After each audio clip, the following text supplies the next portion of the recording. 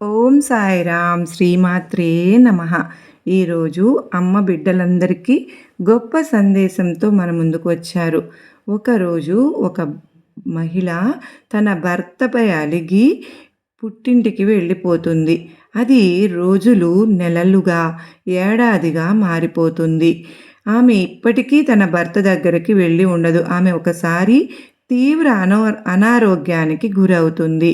ఆమెను అక్కడ ఎవ్వరూ పట్టించుకునేవారు ఉండరు. తల్లి, తండ్రి, అన్నలు, వదినలు అందరూ ఎవరి పనులలో వారు మునిగిపోయి ఉంటారు. ఆమెకు ఆమె పాత రోజులు గుర్తుకు రావడం మొదలవుతుంది. ఆమె గుర్తు ఇలా చేసుకుంటుంది. గతంలో ఇలాగే తను అనారోగ్యానికి గురైనప్పుడు ఆమె భర్త ఆమెను ఎంత బాగా చూసుకునేవారో, ఆమె తప్పు చేశాను అని తెలుసుకుని ఆమె తన భర్త దగ్గరకు బయలుదేరుతుంది. దారిలో ఆమె ఇలా ఆలోచిస్తూ ఉంటుంది. అసలు నా భర్త లోపలికి నన్ను ఇంట్లోకి రానిస్తారా?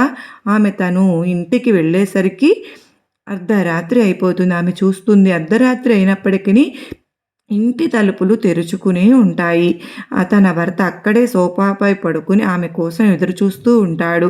అప్పుడు ఆమె భర్త ఆమెను చూడగానే ఆమెను ఆప్యాయంగా కౌగిలించుకుంటాడు. భార్యతో ఆమె ఇలా అంటుంది, మీరు తలుపులు తెరిచే ఉంచి ఎదురు చూస్తున్నారెందుకు? నేను వస్తానని మీకు ముందే తెలిసిందా అని. భర్త బదులిస్తాడు, లేదు, ఇది ఇప్పటి నుండి కాదు, నువ్వు ఇక్కడి నుంచి వెళ్ళిన రోజు నుంచి ఇలాగే తెరిచి ఉంచాను. ప్రతిసారి నాకు అనిపించేది, ఒకవేళ నువ్వు ఇక్కడికి వస్తే ఆ రోజు తలుపులు మూసి ఉండడం చూసి నువ్వు తిరిగి వెళ్ళిపోతే అప్పుడు నేను మళ్ళీ ఒంటరివాడిని అయిపోతాను అనే భయంతో రోజు ఇలాగే ఉంచేవాడిని అని. నీతి. తల్లి, తండ్రి, అన్న, చెల్లి ఇలా ఎన్ని బంధాలు ఉన్నా చివరి వరకు కూడా మనతో ఉండవలసింది భార్యాభర్తల బంధం మాత్రమే.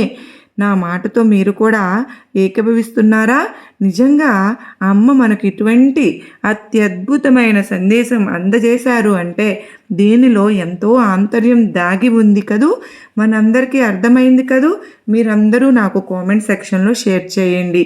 నిజంగా మీ అందరికీ కూడా ఈ సందేశంలోని ఆంతర్యం అర్థం చేసుకోగలిగితే ప్రతి ఒక్కరూ కూడా అమ్మకు చిన్న లైక్ ఇచ్చి చూసి వెళ్ళే వాళ్ళందరూ నాకు సపోర్ట్ చేయండి. మరి అమ్మ చెప్పిన సందేశంలో ఆంతర్యం మనందరము గ్రహించాము అనుకున్న ప్రతి ఒక్కరూ ఎప్పుడు భార్యాభర్తలు చక్కగా సుఖ సంతోషాలతో ఉండాలని నేను మనస్ఫూర్తిగా కోరుకుంటున్నాను. సర్వేజన సుఖినో భవంతు.